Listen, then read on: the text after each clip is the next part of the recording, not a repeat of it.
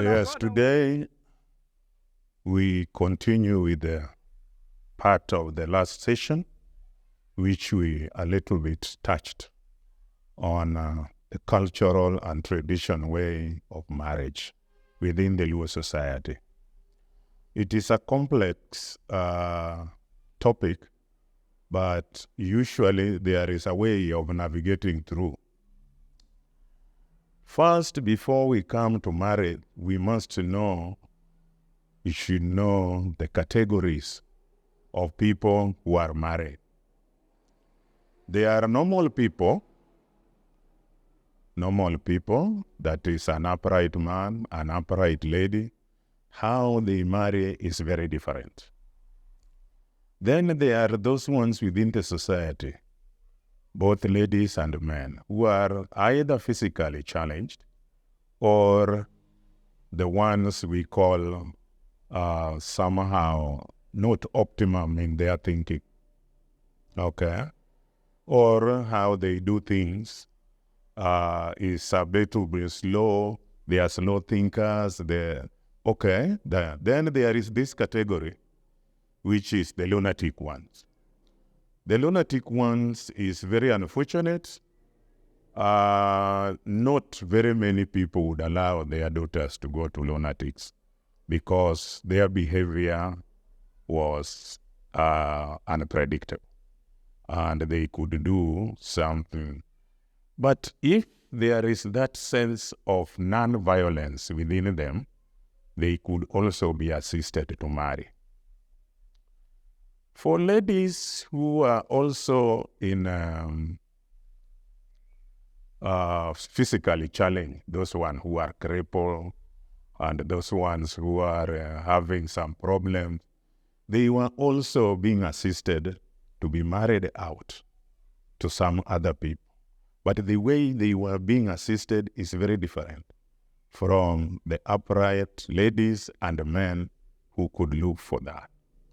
So these three categories, in fact 4, we want to discuss them into detail, one by one. Let me start with the upright people, both ladies and men. 2 things were happening. One was a go-between. A go-between could be an aunt of the lady or of the man, or a cousin from another place of the man, because it's the man who would advance the interest of marriage. So the aunt would invite his nephew to come and visit him if the nephew has already suggested that he would like to marry. So when he comes, the aunt would call ladies from her jurisdiction, yani within her locality, okay? These ladies, they would be told, come and greet my brother's son, come and greet and what, and they would volunteer. Then they come. Once they come, the mans now look at them one by one. All of them are here in the house, and it could be a visit of 3 days. The man would now look for them one by one, and then synchronize on one. Okay? Now, once he has chosen one, it is the one he has chosen, he confides in the aunt to be communicated to. But also, he himself makes an advance approach to the lady. The way now it is being done, proposal, which is the model. So the man would also advance his interest to the lady, and either the lady agrees or do not agree. Now, once that agreement is done, is when now the parents are now involved. There before, when such an upright man wanted an upright lady, and the father of the lady is a proud man in the sense that he has already analyzed the strength of her daughter to see that she's strong, she can be what? Now, a meeting is scheduled between the parents of the boy and the parents of the lady at the lady's home. At the lady's home. And what would happen is the family who is desiring to marry the girl would come with something to slaughter depending on their riches, wealth, and what.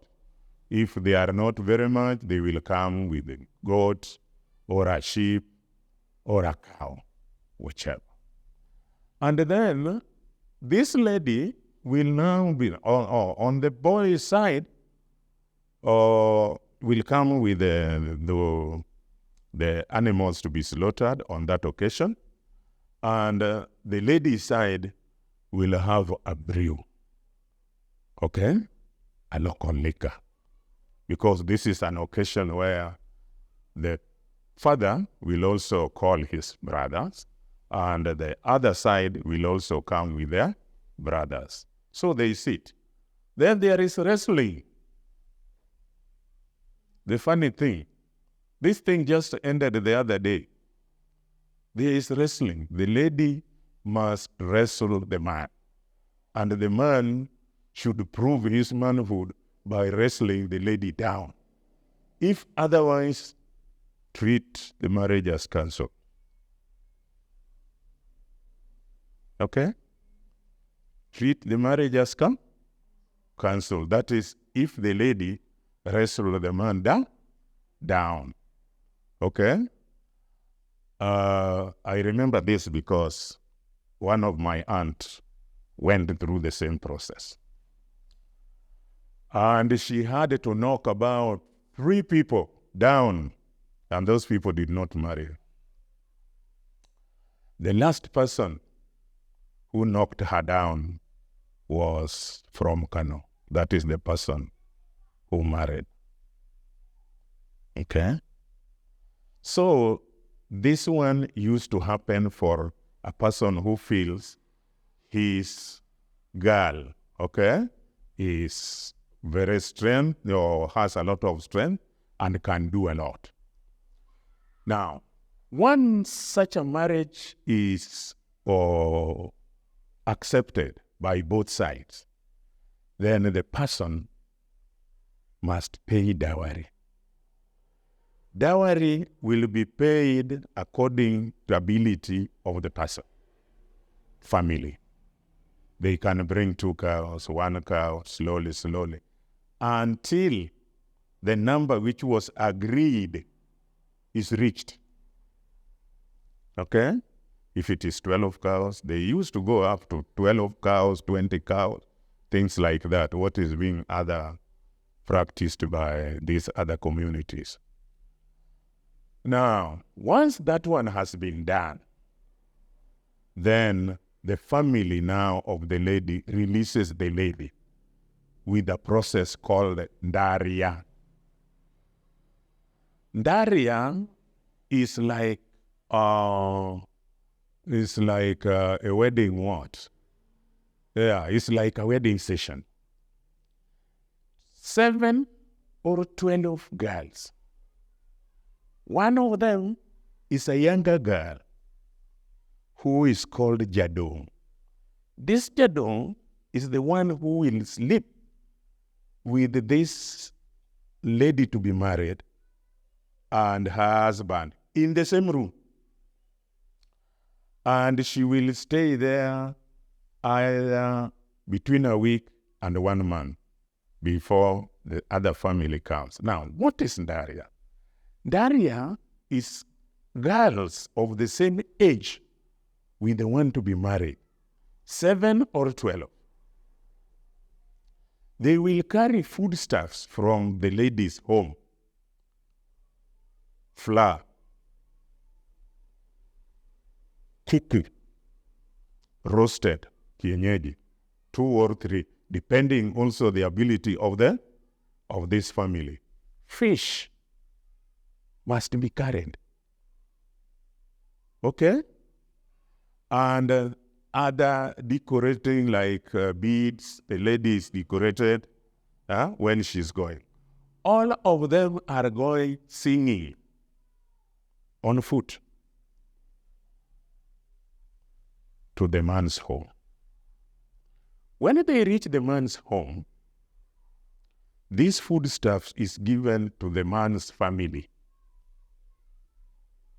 All of this foodstuff given to the man's family, and the man's family now is the one who will feed them. They will stay there for about 3 days, the girls. But Jadung will stay there from a week to 1 month. Jadung has a responsibility because Luo valued virginity. Her responsibility, she is the one who is going to report to these other girls that the lady has been found to be virgin. And the man is the one who has broken her virginity. Okay? So, once that one has been done, then there are some songs. Okay? And that acceptance that their sister has not disappointed.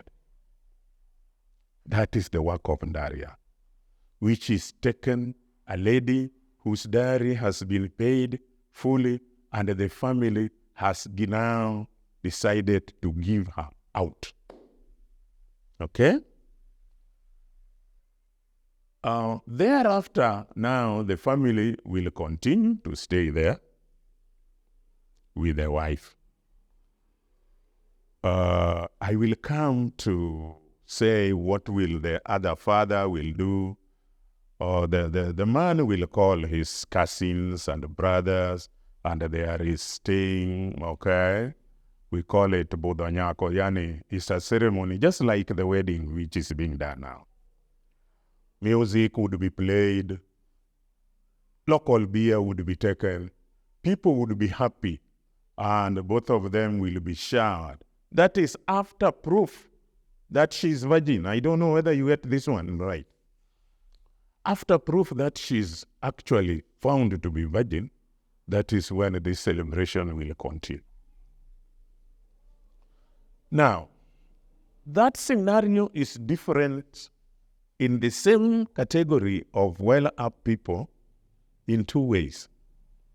There is one where the same aunt who looked for the lady, okay, for his cousin or his brother or whoever, is the one now who is now calling this lady. On this day, there is no that wrestling. Okay? So the lady would be invited the normal way to come and greet the cousins and what? Then they will choose one. Once they choose one, the agreement is now taken to the parents that your daughter has been chosen by my cousin, by what? What do you say? The person will be invited to the home, and he will be told to come accompanied by some other people. Okay? Now there will be a discussion of dowry. Wrestling is for a proud parent. A proud parent who feel his daughter cannot go somewhere to a weakling man. Okay? But there are some parents who are not of that category. So to them, they will invite the person to come, and now they negotiate what? Dowry. That process must be undergo. Then once the dowry has been negotiated, an agreement is reached. 10, 12, 15. Others were even 20, the same way the Pokot and Turkanas are doing. We were also doing the same. But as they go along paying, they have not reached that 15 which was agreed, or 10 which was agreed, or 12. They make a clandestine move. A clandestine move means the lady will now be stolen from this family. Okay? She will not be taken with Ndaria, because Ndaria is occasionally accepted by the family. So the lady is being waited, maybe when she's going to draw water, when she's going, and some people come, get her, and then move away with her. But that one does not make the husband, to stop paying the dowry. So that one is why I'm saying it is a clandestine way of doing it. Another one, on the same people who are able, both ladies and men, is this man do not have anything. Or a person who do not have anything. He has come, he has interest in the lady, and there is a place which I just forgot to mention, but I can chip it in. The purpose and the importance of a go-between was to look into the family where the lady would come from, and the family where the lady is going to. Because some families are rich families. And because I'm coming from a different clan, I may not know. Okay? Others are wizards, night runners. You may just pick one from, So a go-between was taken to be very important. It is nowadays something we have taken it out, but the purpose of that was you are not going to fish from our own family. Okay? That was the purpose of a go-between. So this one who do not have anything, and already he has been told, number of cows you have to pay, will use, okay? Once they have agreed with the lady, will use the same tactics the other one used to take the lady. But still, he will be compelled to pay the bride price. The third category of the same upright people is that a woman now loves the man seriously. The man is also unable to pay all this. The woman packs her things herself. Sasa hiyo tunaita ameenda por. Ameenda por. Por means a lady walking out herself from her father's home to the boyfriend's home and be married there. That is the same upright category I've mentioned 4 times. The lady going alone, a man who is defeated to get the bride price, coming, stealing the gun, a man who has paid halfway, coming, stealing the gun, and a man who has fully paid is given through Ndaria. In the other 3, there is no Ndaria. But in the first instance, there is Ndaria. I hope on that one I've exhausted it. Now we are coming to the people who are physically challenged, both ladies and men. And let me take the side of ladies first. A lady who is crippled and no endeavor has been done for her to be married out, we believe that if she dies unmarried, she will torment her sisters, her brothers, that she was neglected. Because of that, we usually fight to let her get somebody who will take her away.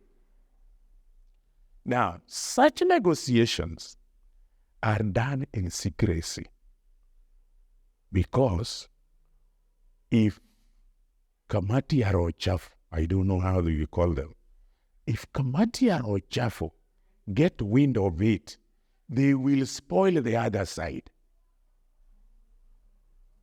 Okay?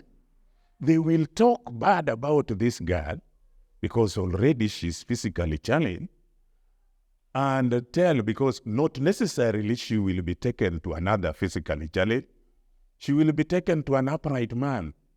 Okay? Yes, and you have seen all in taken to an upright man. So, Kamati or Chafu may mess this negotiation up by going to spoil for the girl. So what happens is this. The parents of disadvantaged girl or disadvantaged boy is the one who now advances to look for somewhere his daughter or his son can marry from. Okay? And once that one, in fact, he will do that one through praxis. The same, the sisters, the same, the in-laws and what, so that they can advise the same. Then, when they get one, the man will not pay dowry by numbers. By numbers means ones, two.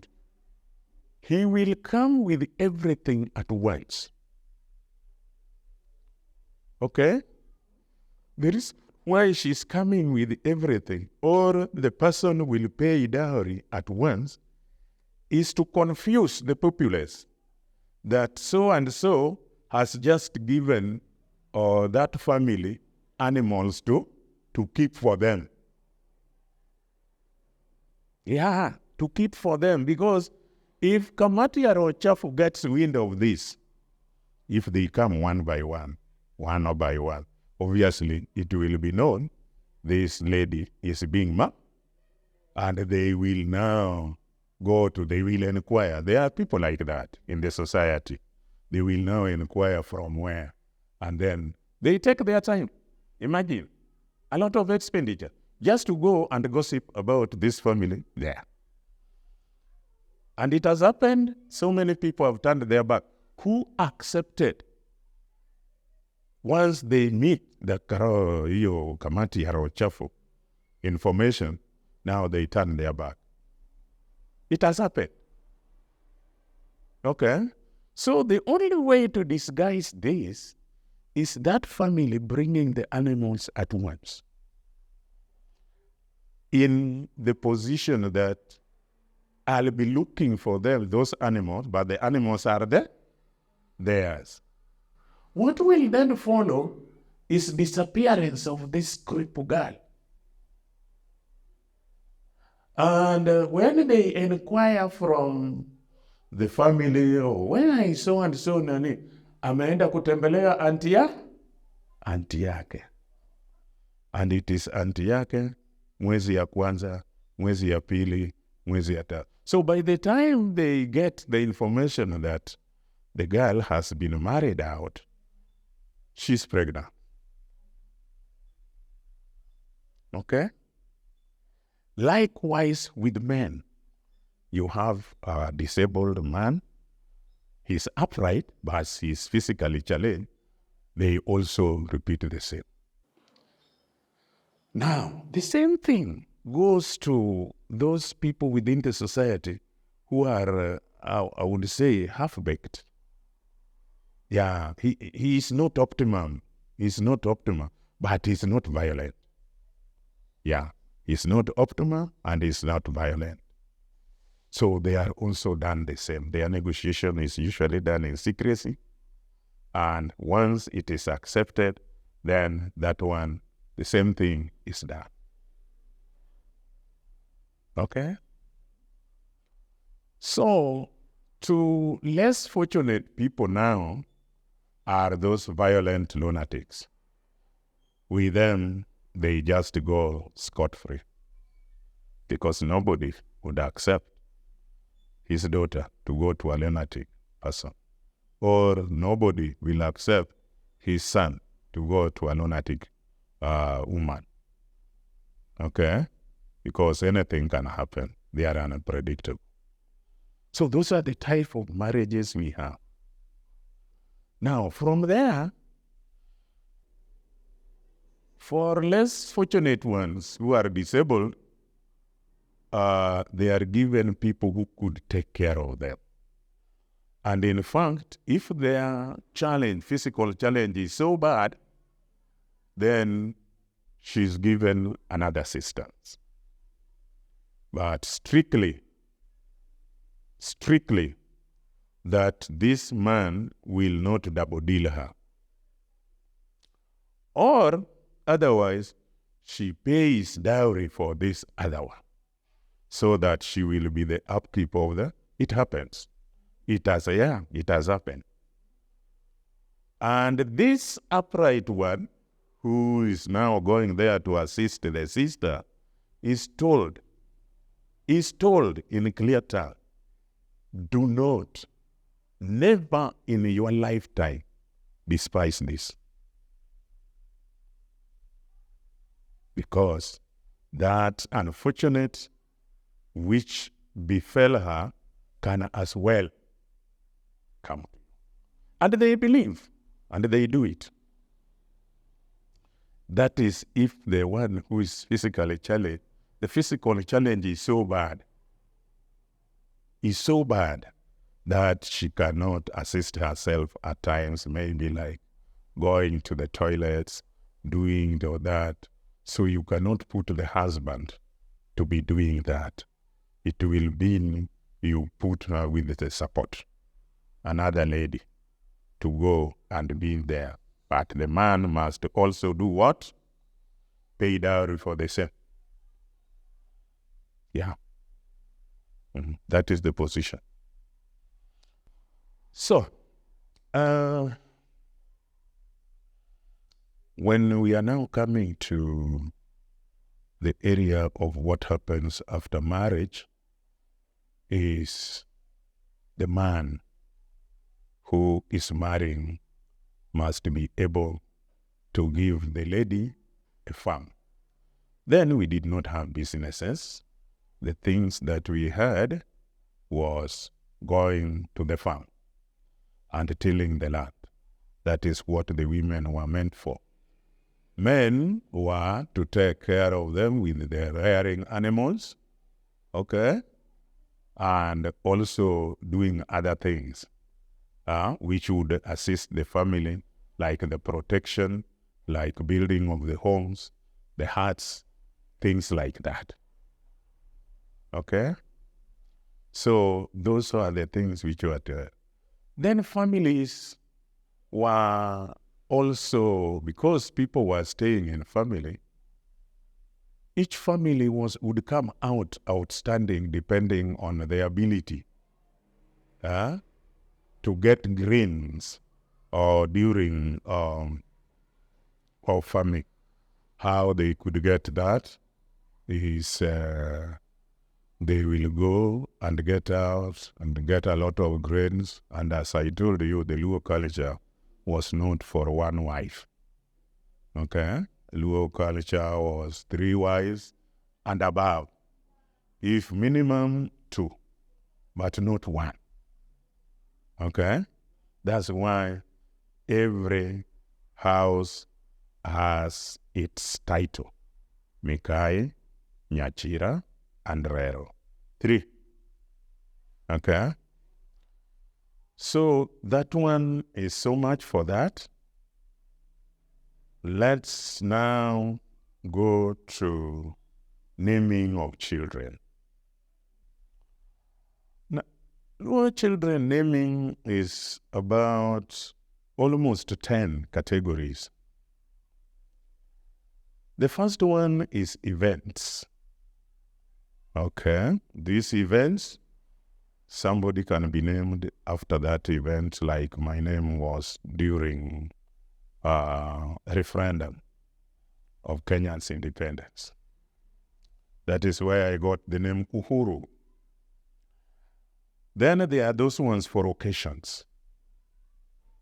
Okay. Occasions.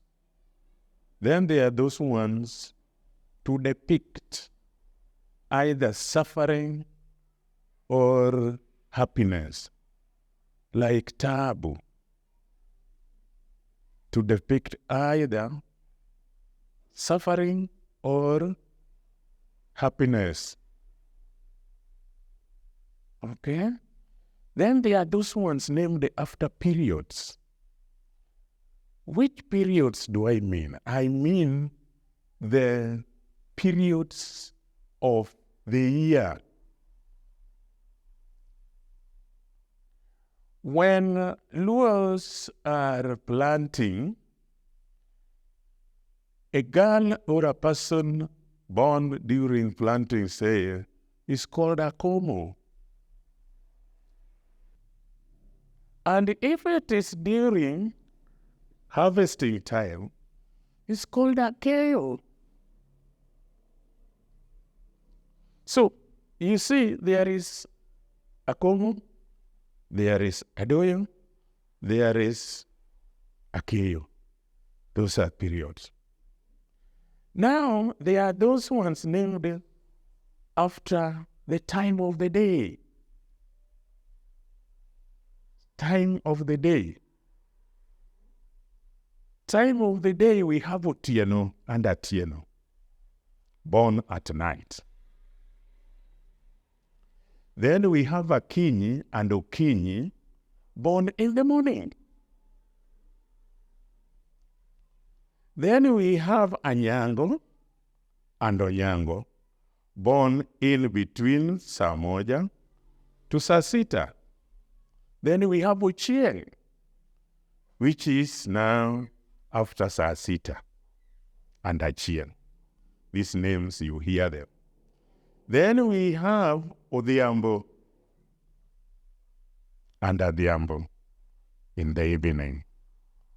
Those ones during the timings of the day when they were born. Then there are those ones who are named after personalities. Raila, Odinga, Kenyatta, Moi. Okay? After personalities. Then there are those ones who are named after those people who have assisted the mother in a critical condition. Okay?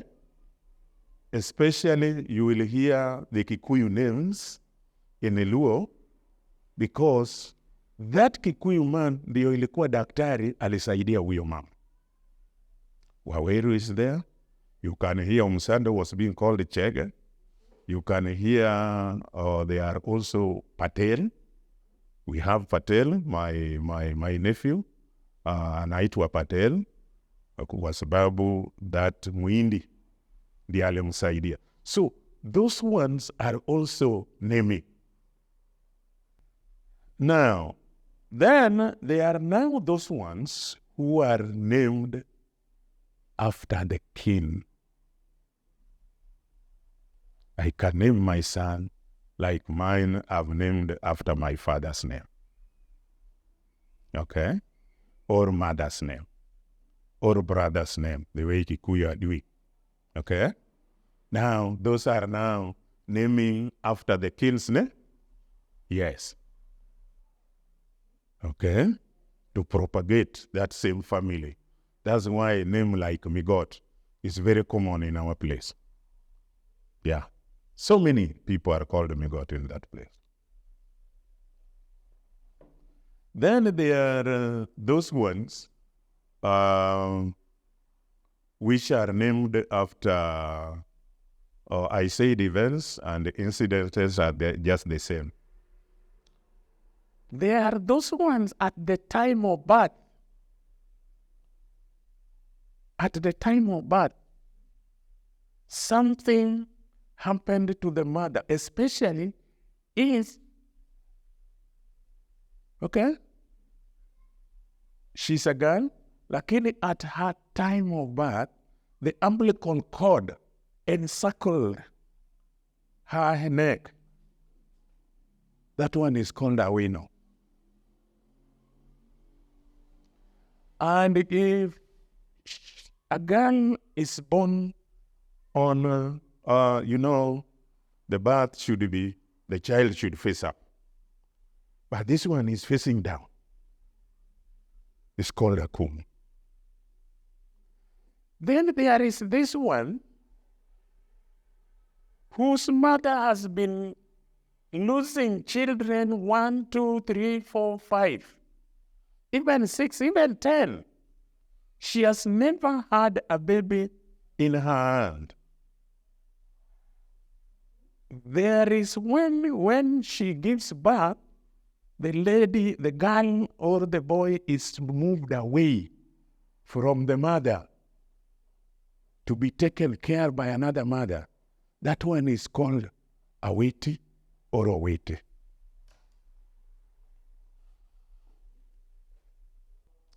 Okay, viewers, in summary, we have talked about marriage rights, and we dwelt much on how different people and categories of people within the society are married out. And we have come also to the naming of the children, and we want to end that session with those. Our next session, which we will carry on, the show, is going to deal with the rites of passage and other issues that deal with growing of a Luo man or girl in the village.